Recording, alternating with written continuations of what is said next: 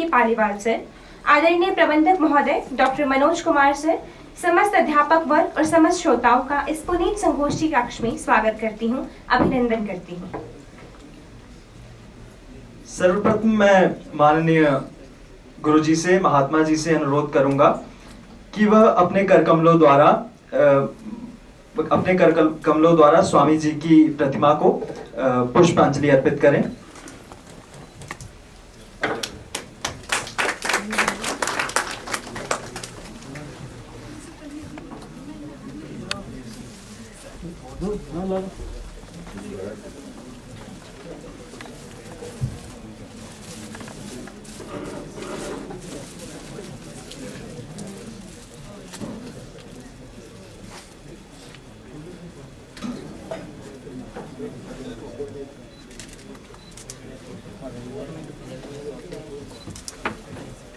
वेद कहते हैं शुभम करोति कल्याणम आरोग्यम सुख संपदा मम बुद्धि प्रकाशाय दीप ज्योति नमोस्तुते। इसी कल्याणकारी विचार के साथ मैं अनुग्रह करूंगी आदरणीय गुरुजी, माननीय प्रधानाचार्य महोदय, माननीय प्रबंधक महोदय और पूरे विवेकानंद स्टडी सर्कल के सभी सदस्यों से कि वे दीप प्रज्वलित कर इस सभा को प्रकाशित करें। गुरुजी को और आप सभी को इस बात से परिचित करवाना चाहूंगा कि विवेकानंद स्टडी सर्कल की स्थापना युवाओं को वेदांत दर्शन और स्वामी विवेकानंद के आदर्श जीवन के करीब लाने के उद्देश्य से 29 सितंबर 2019 को दयाल सिंह महाविद्यालय में की गई थी और इस ध्येय की पूर्ति में विवेकानंद स्टडी सर्कल सदैव कार्य करता रहा है और सफल भी रहा है। इस उद्देश्य में विवेकानंद स्टडी सर्कल द्वारा कई संगोष्ठियों का आयोजन भी किया जाता रहा है। अब मैं हमारे प्रधानाचार्य महोदय से अनुरोध करती हूँ कि वे महाराज जी को पौधा भेंट कर उन्हें सम्मानित करें।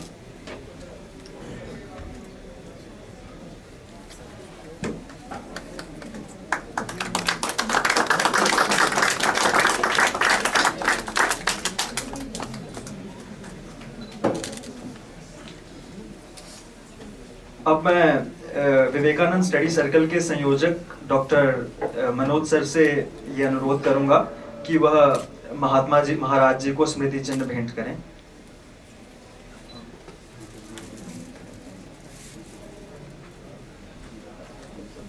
जितने मेंबर सारे लोग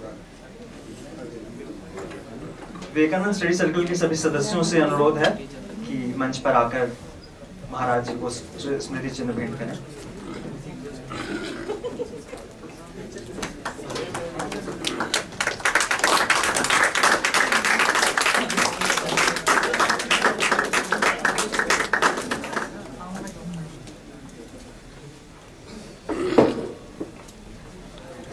अब मैं अनुरोध करती हूँ नवीना मैम से कि वे महाराज जी को हम सब की तरफ से मानदेय भेंट कर उन्हें सम्मानित करें।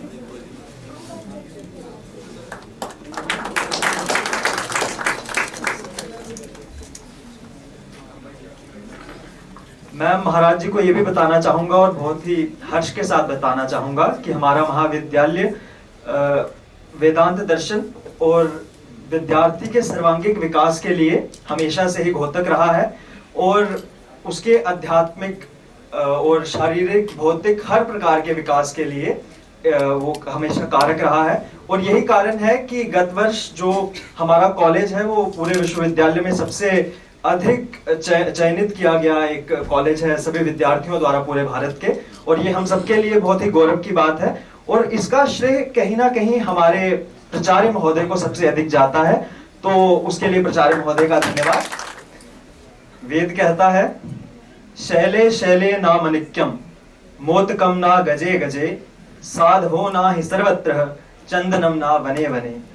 ना प्रत्येक पर्वत पर मणि होती है, ना ही प्रत्येक हाथी के मस्तक पर मणि होती है, ना ही प्रत्येक जंगल में चंदन के वृक्ष होते हैं। उसी प्रकार इतने मानवों के होने के बावजूद भी हर जगह साधु नहीं होता। और हमारे लिए ये बहुत ही सौभाग्य की बात है कि इतने श्रद्धास्पद महाराज जी हमारे बीच में उपस्थित हैं। श्रद्धास्पद महाराज जी जब से अध्यात्म में लीन हैं तब से लेकर आज तक अपनी अध्यात्म शक्ति के माध्यम से उन्होंने सामाजिक कल्याण और सनातन संपत्ति के विस्तार में स्वयं को समर्पित किया है। महाराज जी राधाकृष्ण मिशन नई दिल्ली के वरिष्ठ महाराज और सचिव भी हैं। वह वेदांत दर्शन के एक लोकप्रिय वक्ता हैं।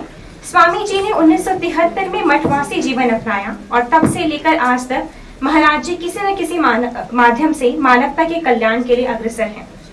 भारत में रामकृष्ण मिशन के सबसे बड़े चिकित्सा संस्थान रामकृष्ण मिशन सेवा प्रतिष्ठान कोलकाता में स्वामी जी की सेवाओं की आवश्यकता पड़ी। उन्होंने 22 वर्षों तक संस्थान की अद्वितीय सेवा की।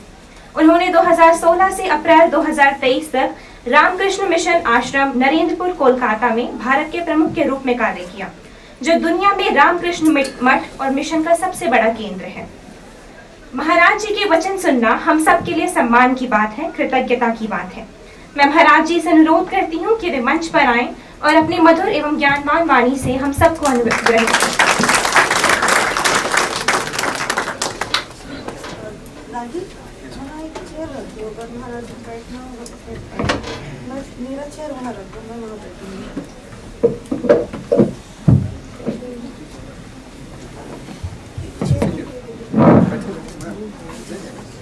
ओम असतो मा सद्गमय तमसो मा ज्योतिर्गमय मृत्योर्मा अमृतगमय।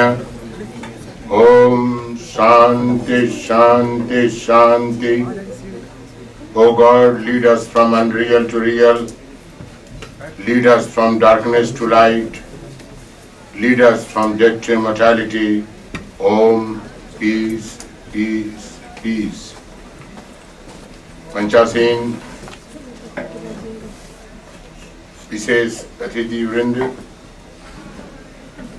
इस कॉन्फ्रेंस रूम में उपस्थित इस कॉलेज के शिक्षक और शिक्षिका वृंद तथा ये प्रसिद्ध कॉलेज के छात्र और छात्राएं, पहले तो जिन्होंने बहुत ही परिश्रम करके विवेकानंद स्टडी सर्कल की प्रतिष्ठा की, उन सबको हृदय से धन्यवाद देना चाहता हूं। केवल यही नहीं, आज का जो प्रोग्राम है वो प्रोग्राम को सफल बनाने के लिए जिन्होंने ये कार्य किया है, उन सबको फिर मैं हृदय से धन्यवाद देना चाहता हूं। आप सब स्वामी विवेकानंद की बारे में जानते हैं, संपूर्ण रूप से नहीं भी जानते होंगे, तब कुछ कुछ तो जरूर जानते होंगे। पूर्व वक्तागण बता रहे थे स्वामी विवेकानंद जी के बारे में कि स्वामी जी विश्व के आइकॉन थे, केवल भारतवर्ष का आइकॉन नहीं। अगर हम सही रूप से कहें तो Swami Vivekananda is icon of youth. वो युवा के आइकॉन थे और युवा के नेता थे, और युवा को दिशा दिखाने के लिए ही स्वामी विवेकानंद जी धराधाम में आए थे। अगर हम स्वामी विवेकानंद जी के कार्यकाल को देखें तो हम देखेंगे वो 39 साल 6 महीना 8 दिन तक रहे इस दुनिया में, धराधाम में। इतने ही कम समय में, स्वल्प आयु में उन्होंने सारा विश्व को हिला दिया। खास करके जब वो गए अमेरिका गए, शिकागो शहर में महाधर्म सम्मेलन को संबोधित करने के लिए, और उस सम्मेलन में उन्होंने पहला सत्र में केवल 5 मिनट बोलने का उनको अवसर दिया गया था, और 5 मिनट जो उन्होंने बोला और उसका ये वाणी से सारा विश्व को उन्होंने हिला के रख दिया। एवं वो प्रथम विश्व भारतवर्ष के एक सन्यासी हैं जिन्होंने ये सनातन हिंदू धर्म का ध्वजा को उन्होंने फहराया अमेरिका में जाके। पहले लोग नहीं जानते थे कि भारतवर्ष क्या है, भारतवर्ष की विशेषता क्या है। भारतवर्ष के जो लोग थे, दूसरे देश के लोग, वो तो ही जानते थे भारतवर्ष जादू टोना का देश है। भारतवर्ष तो अशिक्षितों का देश है। भारतवर्ष में किसी को 2 टाइम खाना भी नहीं मिलता है। बहुत सारे गलतफहमियां भारतवर्ष के बारे में लोग सोचते थे, जो बाहर के लोग थे, अमेरिका के लोग थे, यूरोप के लोग थे। स्वामी विवेकानंद जी प्रमाणित कर दिया कि भारतवर्ष जादू टोना का देश नहीं है।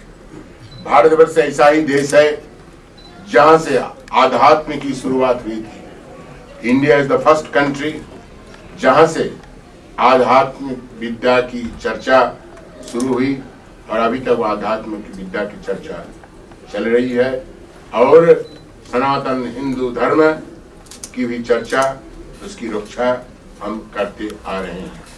स्वामी विवेकानंद की केवल एक संत के रूप में आप न देखें। स्वामी विवेकानंद जी संत तो थे ही, लेकिन उन्होंने जी हमारे देश के लिए, हमारे नौजवानों के लिए बहुत कुछ उन्होंने कहा कि कैसे हम देश को आगे ले जा सकते हैं। और राष्ट्र निर्माण के बारे में पूर्व वक्तागण बता रहे थे कि स्वामी जी राष्ट्र निर्माण में उनका योगदान रहा। कैसे हम राष्ट्र को निर्माण कर सकते हैं, कैसे हम राष्ट्र को निर्माण कर सकते हैं, how we can build our country और बिल्ड आवर सोसाइटी। इसमें हमें देखना है कि स्वामी जी संत होते हुए भी उन्होंने 3 चीजों पर बहुत बल दिया।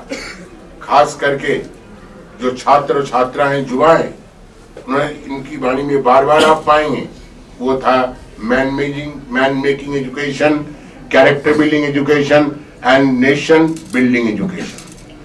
आप तो शिक्षा प्राप्त करते हैं, ये भी कॉलेज में हो, स्कूल में हो, महाविद्यालय, यूनिवर्सिटी में हो, शिक्षा प्राप्त करते हैं, लेकिन वो शिक्षा क्या मनुष्य निर्माणकारी शिक्षा है, चरित्र निर्माणकारी शिक्षा है, राष्ट्रीय निर्माणकारी शिक्षा है? एक बहुत बड़ा प्रश्न आता है। ये तो शिक्षा हम पाते हैं, लेकिन ज्यादातर ये शिक्षा अर्थकरी शिक्षा है। पैसा कमाने के लिए, जीवन में प्रतिष्ठित होने के लिए शिक्षा की आवश्यकता है, जो शिक्षा हम पा रहे हैं। यही शिक्षा ही केवल शिक्षा नहीं हो सकती है, इसके परे भी जो शिक्षा स्वामी विवेकानंद जी कह के गए हैं वो है मैन मेकिंग एजुकेशन। क्या इस शिक्षा से, जिस शिक्षा से क्या हम अपने को निर्माण कर सकते हैं? आप देश का निर्माण करना चाहते हैं, समाज का निर्माण करना चाहते हैं, पहले अपने आप को निर्माण कीजिए, तभी आप देश का निर्माण कर सकते हैं और समाज का निर्माण कर सकते हैं। पहले आपको बनाना है, आपको मनुष्य बनना है, आपको आदर्श नागरिक बनना है। हम तो कहते हैं हम सब मनुष्य हैं, लेकिन दुखित बात यह है जो मनुष्य होते हुए भी आज हम मनुष्य नहीं रह गए हैं। मानव में जो मानवीयता होनी चाहिए, वो मानवीयता को हम खो गए हैं। अगर मानव में मानवीयता नहीं रही तो वो मानव कहलाने का योग्य नहीं होता है। इसलिए मानवीयता को हमें उजागर करना है और हमें देखना है सच सच हमारे अंदर में वो मानवीयता का जागृति हो रही है नहीं। ह्यूमन विदाउट ह्यूमैनिटी, हमारे धर्म में कहा गया है, धर्म नहीं ना पशु भी समान। कहता है कि मानवीयता के बिना, धर्म के बिना मनुष्य तो पशु के समान है। मनुष्य तो पशु के समान, क्यों पशु के समान है? अगर हम थोड़ा गहराई से देखें तो देखेंगे बाहरी ओर से अपैरेंटली, जिसको हम कहते हैं अंग्रेजी में, there is no difference between man and animal. Man also eats, animal also eats. Man also take rest, animal also take rest. Man satisfies biological need, animal also satisfies his biological need. बाहरी तरफ से हम देखते हैं, हर निद्रा भाई महत्व ने जो कहता है शास्त्र में, ये सब में कॉमन है। मनुष्य में भी है, पशु में भी है। तो क्या मनुष्य और पशु में कोई अंतर नहीं है? मनुष्य और पशु में अंतर है। There is a fundamental basic difference between man and animal. वो क्या है कि मनुष्य विचार कर सकता है, मनुष्य के अंदर, मनुष्य के भीतर वो विचार शक्ति है, विवेक है, विवेक शक्ति है, जिसको अंग्रेजी में कहते हैं डिस्क्रिमिनेटिंग फैकल्टी। मनुष्य ही एकमात्र प्राणी है इस धरातल पर जो अपने लिए सोच सकता है कि कौन सा अपने लिए भला है, कौन सा अपने लिए बुरा है, क्या हमें करना चाहिए और कैसे हमें आगे बढ़ना चाहिए। ये विचार केवल ही मनुष्य में ही है। इसलिए मनुष्य और क्या नाम ये एनिमल में ये हम देखते हैं, डिफरेंस देखते हैं। इसलिए मानव के में मानवीयता अगर ना रही तो वो मानव कहलाने का योग्य नहीं है। Dear friends, don't take it otherwise. अगर आजकल हम देखें कि हम में जो मानवीयता होनी चाहिए थी वो मानवीयता न रही। मैं एक घटना का आपका जिक्र करूंगा। आप तो बहुत ही वायरल ये सब करते हैं, वायरल क्या ना व्हाट्सएप वगैरह सब देखते होंगे, तब देखे होंगे। मैंने कोई कहा, मैं तो देखता नहीं, उतना मेरा समय नहीं है, लेकिन हमें कोई कहा कि महाराज क्या हो गया, देखिए आजकल क्या हुआ। एक यंग लड़का, उसको एक्सीडेंट हो गया और रास्ते में वो तड़प रहा है, रो रहा है, खून से लथपथ हुआ है, और बहुत सारे लोग जा रहे हैं, यंग लोग भी जा रहे हैं, सब लोग जा रहे हैं, और कोई भी बगल में खड़े होकर सेल्फी खिंचा रहे हैं, हंस रहे हैं। लेकिन वो चिल्ला रहा है कि हमें ले चलो, हमें अस्पताल में ले चलो, हम तो मरने वाले हैं। लेकिन एक भी व्यक्ति, शायद 100 आदमी उनके पास बगल से गुजर गया, लेकिन एक भी व्यक्ति उसको उठाकर अस्पताल में नहीं ले गया, और वो लड़का वहीं रास्ते में दम तोड़ दिया। यही क्या मानवीयता है? यही क्या शिक्षा है? हम शिक्षित करते हैं। शिक्षित से हम क्या अपेक्षा करते हैं? What we expect from an educated person? ये भी हमें सोचना है। जब हम कहते हैं कोई वो बहुत शिक्षित है, शिक्षित का अर्थ होता है वो व्यक्ति भद्र होगा, विनयी होगा, कर्तव्य परायण होगा, सेवा परायण होगा, ये सब होगा, तभी तो उसको हम शिक्षित करते हैं। नहीं तो ये सब कुछ नहीं है और उसको शिक्षित कहने का कोई मतलब नहीं रहता है। इसलिए स्वामी विवेकानंद जी बार बार कहते गए हैं, man making education, character building education. अपने आप को निर्माण करो, आप अपने आप को अच्छा आदर्श नागरिक बनाओ। The second comes a character. Character बहुत ही महत्वपूर्ण चीज है हमारे जीवन में, मनुष्य जीवन में कैरेक्टर। अगर मनुष्य जीवन में कैरेक्टर नहीं रहा तो कुछ भी नहीं रहा। इसलिए कहावत है, शायद most of you may know, वो है ऐसा कि if money is lost, nothing is lost. If health is lost, something is lost. If character is lost, everything is lost. अर्थात इसका मतलब यह है कि अगर पैसा अगर चला जाता है तो उसमें कोई घबराने की बात नहीं है। जब शरीर खराब हो जाता है तब सोचने की बात है, लेकिन जब चरित्र नष्ट हो जाता है तो सब कुछ नष्ट हो जाता है। चरित्र के बिना कोई भी व्यक्ति महान नहीं हो सकता। हमारे दुनिया में जो भी महान बने हैं, चरित्र के बल पर ही महान बने हैं, चरित्र के बल में महान बने हैं। विद्यार सिंह जी के बारे में मैं सुन रहा था, he was a man of character, और कैरेक्टर होने के लिए ही उनके मन में कैरेक्टर था, चरित्र था, इसलिए उन्होंने आज इतना बड़ा ये जो विशाल आप कॉलेज देख रहे हैं जहां आप पढ़ रहे हैं, ये आपको ये सोचने की बात है। तो मेरे कहने का मतलब यह है कि स्वामी विवेकानंद जी 3 बात कह के गए हैं, man making, character building and nation building के बारे में कह गए। मेरे पूर्व वक्ता बता रहे थे कि कैसे हम देश का निर्माण कर सकते हैं, हमें भी देश को कुछ देना है। स्वामी विवेकानंद जी सुंदर पत्र लिखते हैं, महाराजा ऑफ मैसूर को पत्र लिखते हैं, अंग्रेजी में लिखते हैं। क्या है वो पत्र? Dear prince, life is short, vanities of life are transient. They alone live who live for others. Rest are more dead than alive. इसका अर्थ क्या होता है? इसका अर्थ ऐसा ही होता है हिंदी में कि महाराजा मैसूर को पत्र लिखते हैं स्वामी विवेकानंद जी। क्या पत्र लिखते हैं? लिखते हैं कि हे महाराज, प्रिय महाराज, ये जीवन जो है 2 दिन के लिए है, आज है कल नहीं भी हो सकता है। जीवन के जितने भी अहंकार हैं, मान, इज्जत, प्रतिष्ठा, पद, सब कुछ भी 2 दिन किराया है, कल नहीं भी हो सकता है। अगर ऐसा ही है तो वही यथार्थ रूप से जीता है जो दूसरे के लिए जीता है, और जो अपने लिए केवल जीता है, जीते हुए भी मुर्दे का समान है, स्वामी विवेकानंद जी कहते हैं। वंडरफुल। इसलिए हम कभी कभी देखते हैं, इसलिए कभी कभी इधर उधर देखते हैं, क्या जियो और जीने दो। ये आध्यात्म और कुछ नहीं है। जियो और जीने दो। अपने आप केवल जियोगे, दूसरे को जीने के लिए सहायता नहीं करोगे, ऐसी बात नहीं हो सकती है। हम आध्यात्म के बारे में बार बार हम चर्चा कर रहे हैं, लेकिन आध्यात्म क्या है? यही है आध्यात्म कि जियो, अपने भी जियो और दूसरे को भी जीने दो, और दूसरे को भी जीने देने के लिए, जीने के लिए उसको मदद करो, सहायता करो। आप प्रश्न करेंगे, हम तो समाज में रहते हैं, परिवार में रहते हैं, हमें क्या जरूरत है समाज के लिए कुछ करना, अलग से या देश के लिए कुछ करना? आप ऋणी हैं, जितने भी लोग हैं सब ऋणी हैं।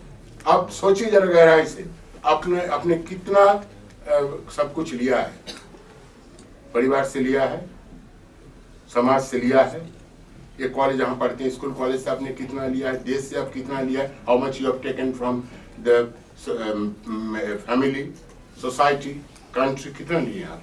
बहुत कुछ लिए हैं, और लेने के बाद आज आप यहाँ खड़े हैं, आप आज यहाँ बैठे हैं। तो आपको फर्ज बनता है, you are indebted to your family, to your society, to your country, क्या कि हम उसके लिए कुछ रिटर्न करें। जैसे पूर्व वक्ता बता रहे थे, प्राचार्य जतिन सिब्बल, उन्होंने बता रहे थे कि हम दूसरे के लिए भी कुछ करें, समाज के लिए करें, नहीं तो आप जिंदगी भर ऋणी रह जाओगे।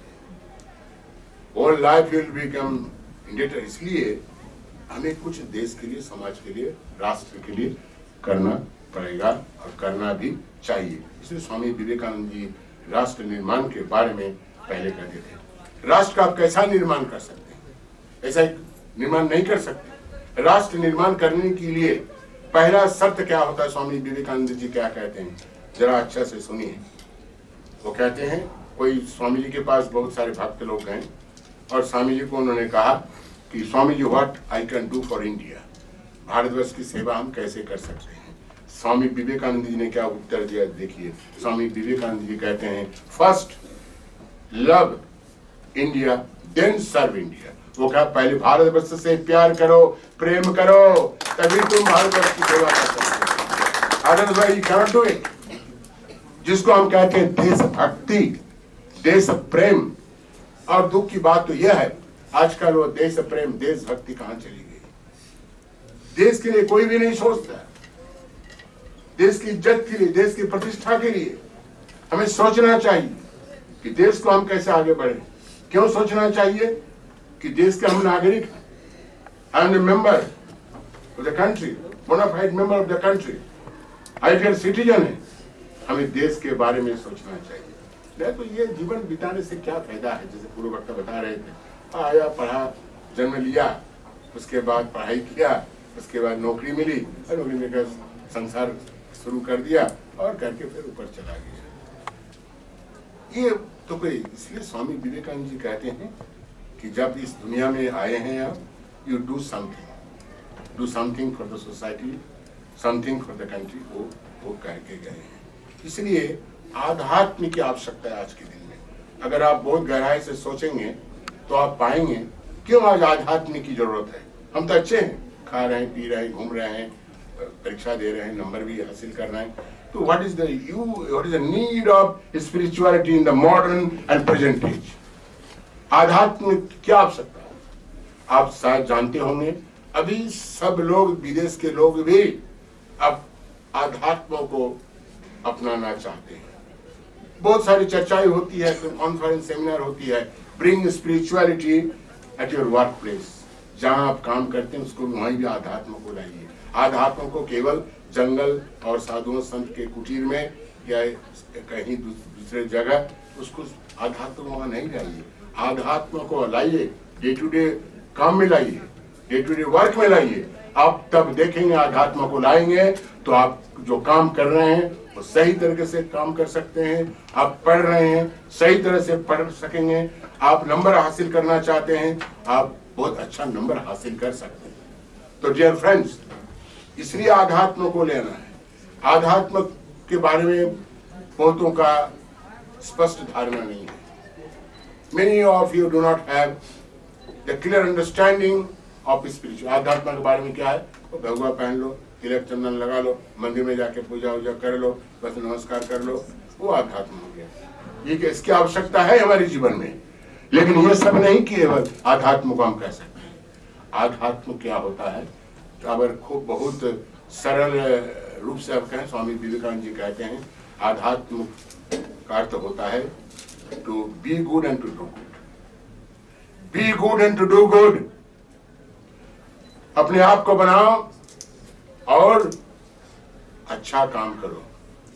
यही है आध्यात्म, यही है आध्यात्म। बहुत सारी परिभाषाएं हमको मिलेंगे शास्त्र में, लेकिन बहुत सहज सरल रूप से अगर समझना है कि अपने आप को बनाओ, अपने आप को पवित्र करो, अपने आप को कर्मठ करो, अपने आप को समर्पण की भावना में दे दो और अच्छा काम करो, देश के लिए करो, समाज के लिए करो। जैसे आपने कुछ ही देर पहले सुना कि कोई यहाँ का छात्र जो पास करके चले गए हैं, उनको ये जो है देने के लिए क्या नाम कुछ रुपया भेजा है छात्र ने। ये बहुत ही सुंदर है कि उन्होंने सोचा है, दिमाग से सोचा है कि मैंने कितना लिया है दीनदयाल कॉलेज से और उसके बदले में हमें पैसा मिल रहा है तो हमें कुछ करना चाहिए। I must do something. ये आपको ये सोचना है और ये आपको ऐसे आगे बढ़ना है। इसलिए स्वामी विवेकानंद जी की जो बातें हैं उसको पढ़िए, आपको ऊर्जा मिलेगी,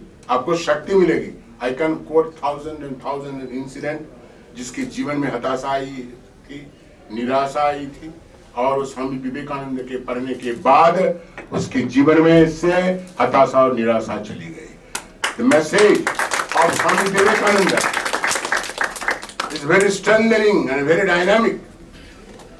बहुत ही ऊर्जादायी है स्वामी विवेकानंद जी की वाणी। एक घटना का हम जिक्र करूंगा। I think most of you know the name of Anna Hazare. सब जानते हैं ना अन्ना हजारे को? जानते हैं।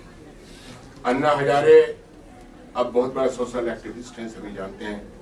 वो क्या नाम, करप्शन के बारे में उन्होंने बहुत बड़ा आंदोलन किया था। जो भी हो, Anna Hazare in his early life वो क्या थे, वो सेना में जीप चलाते थे। एक बार बहुत घमासान युद्ध हुआ और युद्ध होने के बाद देखा गया कि बहुत सारे लोग मर गए। इधर के भी सोल्जर मर गए, उधर के भी सोल्जर मर गए। अन्ना हजारे 2-1 लोग बच गए। अन्ना हजारे को बहुत दुख लगा। एक तो जीवन है, सब हम काम कर रहे थे एक साथ, ज्यादातर लोग मर गए, केवल हम और 2-1 व्यक्ति। लेकिन हम बहुत हताशा आई जीवन में, बहुत ही हताशा आई। इतना दुख उसका जीवन में आया कि he was planning to commit suicide. वो आत्महत्या करने के लिए उन्होंने सोच रहा था। और इस सोचते सोचते वो कहाँ आया, एक दिन वो उधर आया, क्या नाम, वो दिल्ली स्टेशन में आ गया। सुनिए बात कैसे होती है। दिल्ली स्टेशन में आया, प्लेटफॉर्म में टहल रहा था और टहलने के बाद उसको क्या हुआ, टहलने के बाद उन्होंने देखा प्लेटफॉर्म के कोने में कुछ किताबें रखी हैं। तो उन्होंने गया वहां और देखा एक किताब, वो है स्वामी विवेकानंद जी के बारे में किताब, कॉल टू द नेशन में किताब है।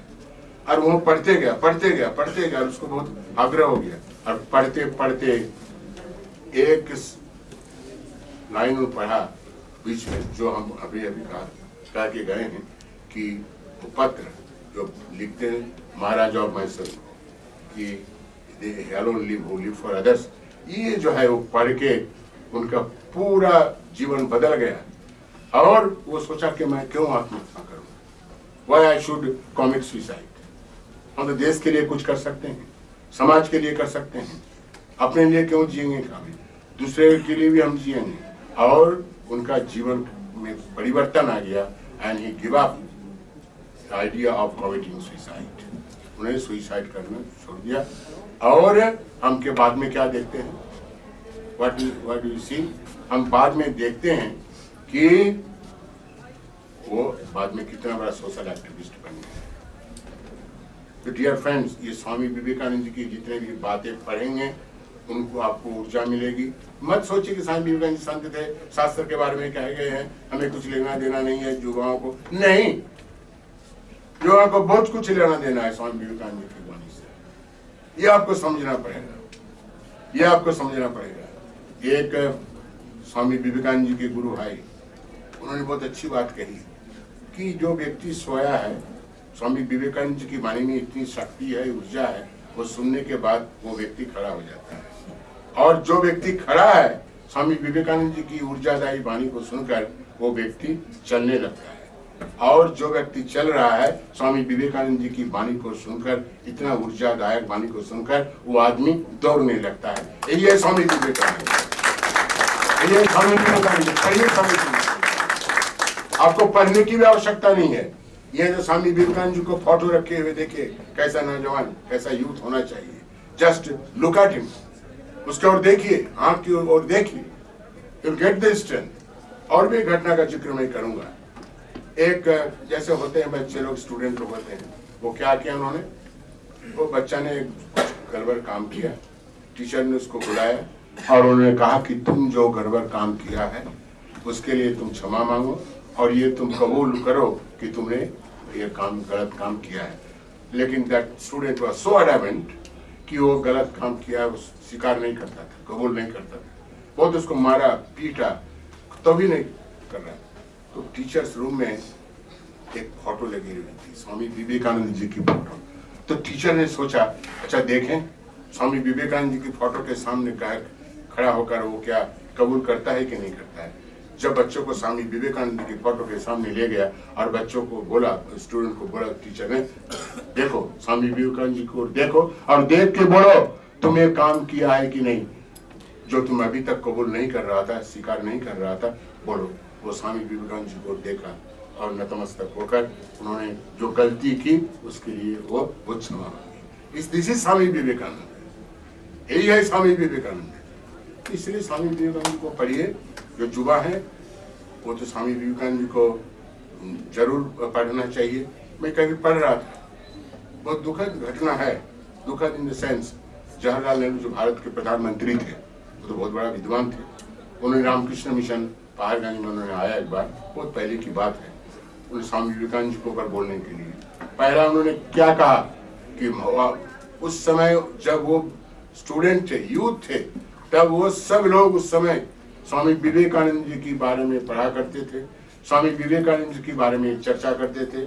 वो कहा उन्होंने कि शायद अभी के जो पीढ़ी के जो युवा हैं वो शायद स्वामी विवेकानंद जी को पढ़ते भी नहीं है, स्वामी विवेकानंद के प्रति कोई रुचि भी नहीं रखते होंगे। उन्होंने कहा, डियर फ्रेंड्स, स्वामी विवेकानंद जी को पढ़िए। आप स्वामी विवेकानंद जी को पढ़ने से कोई क्षति नहीं होगी। आप सोचेंगे समय बेकार किया, अरे कितना समय आप बेकार बिताते हो बोलो तो, और समय बिताने के लिए जब मिल गया आपको मैजिक, कितना समय बिताते हो, फालतू कितने समय बिताते हो, तब समय नष्ट होता नहीं होता है। और ये सब शास्त्र के बारे में और इसके बारे में हमें तो ये भी सोचना है। बहुत हम लज्जित हैं कि हम अपने भारतीय सनातन धर्म के बारे में कुछ नहीं जानते, कुछ नहीं जानते हैं। हम भारत के नौजवान हैं, लेकिन भारत के सभ्यता के बारे में, संस्कृति के बारे में, जो हमारे शास्त्र ग्रंथ है भगवत गीता के बारे में कुछ भी नहीं जानते हैं। शर्म की बात है। दूसरे धर्म के जो लोग होते हैं वो जानते हैं उनके शास्त्र के बारे में, बाइबल के बारे में, अभी क्या नाम, कुरान वगैरह के बारे में जानते हैं, लेकिन हम कुछ भी नहीं जानते। अगर मैं यही प्रश्न करूंगा कि भगवत गीता क्या है बताइए, मेरे ख्याल से बहुत सारे लोग, हमारे स्टूडेंट, भगवत गीता कुछ नहीं जानते हैं। भगवत गीता किसके बीच संवाद है, डायलॉग वो है तो, लेकिन वो तो सुने होंगे, लेकिन उसको गहराई से सोचिए, गहराई से सोचिए। कैसा एक घटना है ऐसा कि अर्जुन इतना बड़ा धनुर्धर योद्धा, इतना तेज, इतना बड़ा योद्धा, best warrior of his time और best archer of his time, उनको जीवन में हताशा आ गई, दुर्बलता आ गई, निराशा आ गई। इतना निराशा और हताशा कभी कभी हम लोगों में भी आते हैं। क्या है हताशा, निराशा? कि अर्जुन ने बोला मैं युद्ध नहीं करूंगा, और पसीना पसीना हो गया और कांपने लगा, जैसा होता है नर्वस होने से, परटर्ब होने से, फ्रस्ट्रेशन होने से, सब कुछ अर्जुन में आ गया। अर्जुन बोला मैं युद्ध नहीं करूंगा। Can you imagine?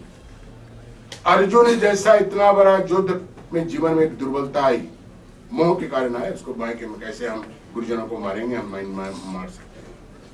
और अर्जुन को ऐसी अवस्था से भगवान कृष्ण ने कैसा ऊपर उठाया, कैसा ऊपर उठाया? कोई गोली वोली नहीं दी, एंटी डिप्रेशन ड्रग वगैरह कुछ भी नहीं दिया। कैसे उसको ऊपर उठाया? आध्यात्म विद्या के बल पर ही उनको ऊपर उठाया। और आया केवल नहीं, जो अर्जुन युद्ध नहीं करना चाहता था, वो अर्जुन क्या कहता है, अंत में पढ़िए भगवत गीता, नष्ट मोहे सतिर्लब्धा तत्प्रसादात्मच्युता। हे अर्जुन, हे भगवान अच्युता, तुम्हारी कृपा से हमारी दुर्बलता, निराशा, हताशा सब चली गई है। अब तुम जो बोलोगे वही करेंगे, अर्थात हम युद्ध करने के लिए तैयार हो। और युद्ध किया,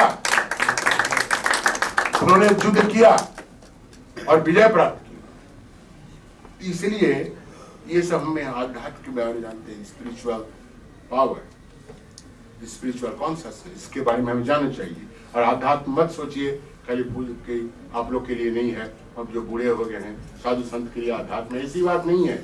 you can practise spirituality in your day to day life. आध्यात्म ऐसा ही है कि दूसरे को मदद करो, अपने भी अच्छे बनो, दूसरे का भी मदद करो। और कुछ बोल रहा था जब सुनने के पहले, कोई छात्र बता रहा था, सुंदर ढंग से बता रहा था, हमारे अंदर जो बुराइयां हैं, हमारे अंदर में जो कमजोरियां हैं, वो बुराइयां और कमजोरियों को हम कैसे दूर कर सकते हैं। क्या है कमजोरियां, व्हाट आर द वीकनेस हमारे अंदर है, बताओ, दो चार वीकनेस बताओ। वीकनेस हमारे मनुष्य हैं, सबके जीवन में कुछ ना कोई वीकनेस है। क्या, व्हाट आर द वीकनेस, बताओ। हाँ जी, नकारात्मक सोच। तो क्या है और दुर्बलता क्या है? एक तो दुर्बलता है, अर्जुन का हुआ था, दुर्बलता का कारण वो है मोह। और क्या है? काम, क्रोध, लोभ, मोह, मद, मात्सर्य। ये जिसको शास्त्र में कहा गया है कि सररिपु कहा गया है। रिपु का अर्थ होता है, क्या अर्थ होता है? रिपु का अर्थ होता है शत्रु। हमारे अंदर ये सब बुराइयां, कमजोरी है, ये कमजोरियों को दूर करना है। जैसे ने भगवान कृष्ण ने अर्जुन को अंदर जो कमजोरियां थी, वो कमजोरियां क्या था? मोह के कारण, अटैचमेंट के कारण। और भगवान कृष्ण ने उनको 700 श्लोक सुनाया, और सुनाने के बाद अर्जुन फिर ऐसा जैसा था पहले वैसा ही हो गया। सो डियर फ्रेंड्स, ये जो आध्यात्म है हमारे शास्त्र में, उपनिषद में, गीता में जो भी कुछ कहा गया है, ये तो बहुत ही ऊर्जादायक है। और शांति पाने के लिए ये सब शास्त्र को हमें पढ़ना चाहिए। जब भी हम मंत्र पढ़ते हैं, मैंने मंत्र पढ़ा 3 बार, शांति शांति क्यों कहा जाता है बताइए कोई? ये जो हम मंत्र, कोई भी मंत्र, वैदिक मंत्र खास करके हम उच्चारण करते हैं, उसके बाद 3 बार हम शांति शांति क्यों कहते हैं? एनीबॉडी एल्स बताओ, क्यों 3 बार कहते हैं? एक बार कहने से तो हो जाता है। जब हम कुछ करते हैं, बोलते हैं, अबे तुम जानते हो उधर, नहीं तुम तो बड़ा पंडित हो गए, तुम तो बहुत बखान कर रहा था। बोलो 3 बार शांति क्यों उच्चारण करते हैं? सर ये वो तो करा, बताओ। हाँ, ये तो बहुत तेज है। मुझे पता नहीं है, पर जहाँ तक मैं सोच पा रहा हूँ शायद तीनों लोगों के लिए हम करते हो। बैठिए, नहीं ऐसी बात नहीं है। जो हम कह रहे हैं, जितने भी हमारे दुख हैं, जितने भी हमारे कष्ट हैं, एनी टाइप ऑफ मिजरी, कष्ट, दुख, कष्ट, हताशा, निराशा है, उसको हम 3 भागों से बांट सकते हैं। क्या है ऐसा? आध्यात्मिक दुख, आदि दैविक दुख और आदि भौतिक दुख। जितने भी दुख हैं दुनिया में, ये सब तीनों में समा हुआ है। इसलिए तीनों दुख, ये दुखों को, दुख के शांति के लिए हम 3 बार शांति शांति उच्चारण करते हैं। यही है इसका मतलब। इसलिए, और अभी हम देख रहे हूँ, मैं भी बोलता हूँ, कोई कोई जो प्रवचन करते हैं वो बोलते हैं, कथाकार बोलते हैं कि अभी 3 बार नहीं, अभी 4 बार शांति बोलना चाहिए। क्यों 4 बार बोलना चाहिए? ये ऐसा ही हो गया, दुख का कारण, विरक्ति का कारण हो गया है, it's a cause of disturbance. इसलिए उनके लिए, उसके लिए भी हमें और एक बार शांति बोलना चाहिए। मोबाइल के लिए भी एक बार शांति बोलना चाहिए। इतना हमको कष्ट देता है, उसमें बहुत फायदा है, उपयोगिता है। हाउ मच, अभी तो आप लोग बहुत अच्छे हैं, नहीं तो हम बहुत जगह, देश विदेश सब जगह जाते हैं, प्रवचन करते हैं, कथा करते हैं, हम देखते हैं कहाँ लगा रहता है। आप तो बहुत अच्छे हैं, सुन रहे हैं कुछ, इसलिए मोबाइल को शांत करने के लिए भी हमें एक बार कहना पड़ेगा शांति, और एक बार 3 तो मेरे कहने का मतलब पढ़िए, शास्त्र पढ़िए। शास्त्र की मत सोचिए कवि की कल्पना है, ये पागलपनी नहीं है। जो भी हम उपनिषद के बारे में हो, गीता के बारे में, don't think it's a poetical imagination, कवि की कल्पना नहीं है।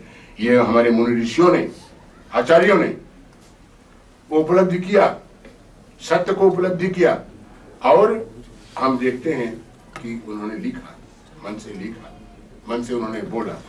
और क्या बोला मनुष्य के बारे में उन्होंने, क्या बोला, क्या उन्होंने आविष्कार किया। आविष्कार तो बड़े बड़े साइंटिस्ट लोग करते हैं, लेकिन सबसे बड़ा आविष्कार है, क्या आविष्कार है अभी भी धरातल पर, वो आविष्कार है मनुष्य का आविष्कार।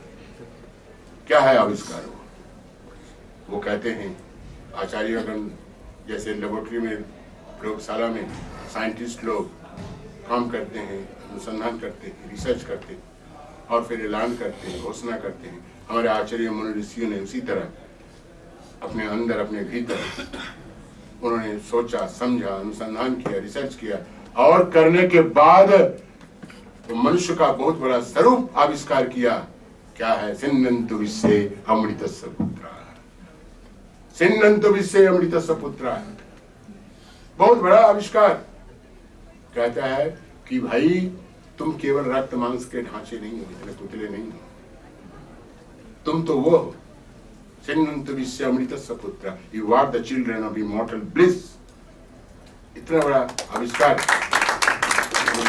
सोचने की बात।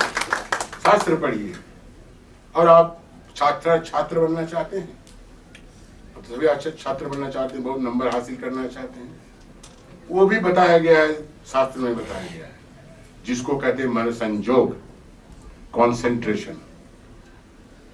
जितने भी आप पढ़ लें, जितने भी कोचिंग सेंटर में जाएं, जितने भी नोट लिखें इधर उधर से, कुछ नहीं होने वाला है जब तक आप मन को ना केंद्रित करें।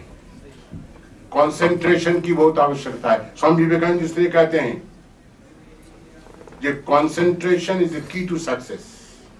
किसी क्षेत्र में, खाली पढ़ने के क्षेत्र में नहीं, किसी क्षेत्र में अगर आप सफलता चाहते हैं तो मन संयोग कीजिए, मन को एकाग्र कीजिए, मन को नियंत्रित कीजिए। Concentration of mind is very very important. एक ही घटना बोलकर मैं बारी को विराम दूंगा।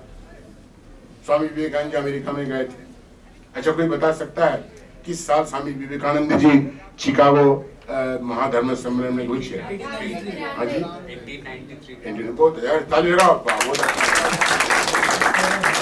क्या हुआ, जो स्वामी विवेकानंद जैसे चल रहे थे, एक तालाब था, बहुत लेक, उस जगह लेक कहते हैं, और गाय चराने वाला वो क्या गन शूटिंग प्रैक्टिस कर रहा था। कैसे गन शूटिंग प्रैक्टिस कर रहा था? वो डिम का जो छिलका होता है, एक का छिलका होता है, वो तैर रहा था, और ये लोग गन लेके शूटिंग प्रैक्टिस कर रहा था। तो बार बार कोशिश कर रहा था, बार बार फेल हो रहा था। स्वामी विवेकानंद जी दूर से देख रहे थे। तो स्वामी विवेकानंद जी धीरे धीरे उनके पास गया और उनके बोला, अच्छा मैं भी तो एक बार कोशिश करके देखूं, हम टारगेट को हिट कर पा रहे हैं। स्वामी विवेकानंद जी उनको गन ले लिया और एक ही अटेम्प्ट में उन्होंने टारगेट को हिट कर दिया। सब अवाक हो गया, बच्चे लोग, गाय चराने वाला, अरे कैसे संभव है? दे आस्क्ड स्वामी जी, अच्छा you have been practising this gun shooting for long time? बोले स्वामी नहीं, first time I am holding the gun, पहली बार हमने ये बंदूक पकड़ा और पहली बार मैंने कोशिश किया और पहली बार मैंने विजय प्राप्त करी। कैसे संभव? स्वामी जी बोला, देखो ये संभव है कंसंट्रेशन ऑफ माइंड के लिए।